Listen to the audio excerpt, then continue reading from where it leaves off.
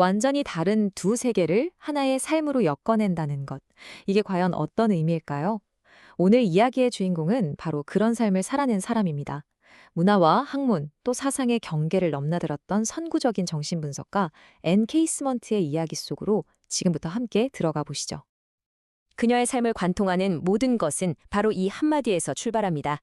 저는 영국계 인도인입니다. 이 말 속에는 그녀가 어떻게 전혀 다른 두 세계의 결과물인지, 그리고 그녀의 삶 전체가 어떻게 그 둘을 하나로 통합하려는 여정이었는지가 고스란히 담겨 있죠. 자, 앤 케이스먼트라는 인물을 제대로 이해하려면 모든 것이 시작된 그곳으로 시간여행을 떠나야 합니다. 그녀의 세계관이 처음 형성된 곳, 바로 인도 봄베이에서의 어린 시절 말이죠. 그녀가 기억하는 봄베이는 그야말로 화려함과 에너지로 가득 찬 도시였어요. 인도 영화 산업의 심장인 볼리우드가 바로 거기에 있었고, 실제로 그녀의 친구들 중에는 유명한 볼리우드 제작자의 딸도 있었죠. 또 인도의 증권고래서도 있었고요. 창의력과 부가 넘쳐나는 정말 눈부신 도시였습니다. 하지만 그 화려한 모습 바로 옆에는 완전히 다른 세상이 펼쳐져 있었습니다. 애는 매일같이 거리에서 가난과 질병, 그리고 죽음을 봐야만 했어요. 인도의 장례 행렬은 시신을 가리지 않고 꽃으로 장식한 채 거리를 지나가는데 어린 그녀에게는 그게 일상적인 풍경이었던 거죠. 그녀의 어린 시절은 이처럼 극단적인 대비로 가득했습니다. 힌디어가 유창했던 어린애는 그 장례 행렬에 섞여 들어가서 조문객들에게 이분은 어떤 분이셨나요? 하고 묻곤 했대요. 또 의사였던 대고모를 따라서 빈민가에 가서는 나병 같은 끔찍한 질병들을 일상처럼 마주했죠. 이런 경험들 때문에 그녀는 매일 밤 잠자리에 들 때마다 먹을 것과 잘 곳이 있다는 사실에 진심으로 감사했다고 합니다. 이 화려함과 비참함의 공존이 훗날 그녀가 인간의 조건을 그토록 깊이 파고드는 밑거름이 된 셈입니다. 그런데 인도가 영국으로부터 독립하면서 그녀는 자신의 의지와는 전혀 상관없이 모국, 인도를 떠나야만 했습니다. 그녀는 이 경험을 거대한 단절이라고 표현하는데요. 겨우 13살의 나이에 겪었던 이 엄청난 상실감은 평생 그녀의 내면에 망명자라는 정체성을 깊이 새겨넣게 됩니다. 그리고 이건 그녀의 삶과 학문을 이해하는 아주 중요한 열쇠가 되죠. 인도를 떠난 앤 케이스먼트는 이제 유럽에서 자신의 지적인 정체성을 쌓아올리기 시작합니다. 특히 제2차 세계대전 이후 유럽의 위대한 사상가들과 만나면서 그녀의 지성은 완전히 새로운 방향으로 뻗어나가게 되죠. 그녀의 여정을 보면 마치 지적인 대이동 같다는 생각이 들어요. 봄베이에서 시작해서 런던으로, 그리고 다시 파리의 명문 소르본 대학을 거쳐서 런던 정치경제대학교 LSE로 이어지거든요. 이 도시들을 거치면서 그녀는 새로운 지적 토대를 아주 단단하게 다져나갔습니다. 그리고 이 시기에 정말 흥미로운 만남들이 있었습니다. 한번 상상해 보세요. 파리에서 실존주의 철학의 거장 장폴 사르트르가 주최한 저녁 식사에 참석하기도 했고요. 무엇보다 그녀의 인생을 바꾼 만남은 바로 인류학자 클로드 레비스트로스와의 만남이었습니다. 그녀는 레비스트로스가 가진 신성함에 대한 깊은 감각에 엄청난 충격과 감명을 받았고, 바로 그 만남이 계기가 되어서 인류학을 공부하기로 결심하게 됩니다. 자, 이제 앤 케이스먼트의 가장 핵심적인 업적으로 들어가 보겠습니다. 당시에는 전혀 별개의 것으로 여겨졌던 두 세계, 즉 문화를 연구하는 인류학과 개인의 깊은 마음을 탐구하는 정신분석을 연결시킨 것, 바로 이 지점입니다. 그때 당시 분위기를 아셔야 하는데요.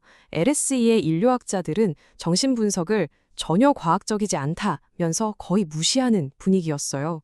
인류학은 사회 전체의 거시적인 패턴을 다루는 진짜 과학인데, 정신분석은 증명할 수도 없는 개인의 내면 같은 걸 다룬다고 생각했던 거죠. 하지만 애는 바로 다른 사람들이 벽이라고 생각했던 그 지점에서 다리를 발견했습니다. 그리고 마침내 그녀는 자신의 학위 논문에서 학계를 뒤흔들 만한 엄청난 통찰을 보여줍니다. 바로 자신이 그토록 존경했던 인류학의 거장 레비스트로스가 정신분석가 칼 융을 대놓고 무시하면서도 실제로는 그의 이론과 아이디어를 엄청나게 빌려왔다는 사실을 날카롭게 파헤친 거죠. 이건 두 학문 사이에 숨겨진 다리가 있다는 결정적인 증거였습니다. 그녀가 자신만의 길을 만들어온 과정은 정말 명확합니다. 첫 번째, 인류학을 통해 인간 사회를 바라보는 거시적인 틀을 배웠죠. 두 번째, 직접 정신분석을 받으면서 개인의 깊은 내면을 탐구했습니다. 그리고 마지막으로 이 두 세계를 논문을 통해 통합함으로써 문화적인 맥락까지 꿰뚫어보는 아주 독창적인 분석가로 거듭날 수 있었던 겁니다. 자, 이제 마지막으로 그녀가 지금 바라보고 있는 정신의 미래는 어떤 모습인지, 그리고 분석 심리학의 창시자인 칼 융의 유산을 어떻게 비판적으로 바라보고 있는지 한번 살펴보겠습니다. N은 신경정신분석학이라는 아주 최신 분야의 창립 멤버이기도 합니다. 이건 뭐냐면 정신분석의 핵심 개념들을 현대 뇌과학을 통해 증명하려는 새로운 시도예요. 여기서 아주 중요한 포인트는 이성적인 인지가 아니라 감정적인 정서에 집중한다는 점인데요. 이게 평생 인간의 감정과 무의식을 탐구했던 융심리학의 핵심과 정확하게 맞아떨어지는 부분이죠. 그래서 그녀는 정신분석의 미래를 아주 밝게 보고 있습니다. 단기적인 치료의 한계를 느낀 사람들이 다시 정신분석을 찾고 있고, 신경과학 같은 분야가 그 장기적인 효과를 과학적으로 증명해주고 있기 때문이죠. 한마디로 황금빛 미래가 올 거라고 확신하는 겁니다. 하지만 그녀는 융의 유산을 맹목적으로 추종하지 않습니다. 여기서 우리는 아주 중요한 질문과 마주하게 되죠. 위대한 사상가가 남긴 어두운 면, 즉 그림자를 우리는 과연 어떻게 다뤄야 할까요? N은 융이 나치에 협력했다는 비판이나 반유대주의자라는 비난을 피하지 않고 정면으로 마주합니다. 특히 인류학적으로 문제가 있는 개념들을 융이 사용한 것을 아주 날카롭게 비판하죠. 대표적인 게 participation mystics이라는 표현인데요. 그녀는 이걸 끔찍한 표현이라며 몸소리칩니다.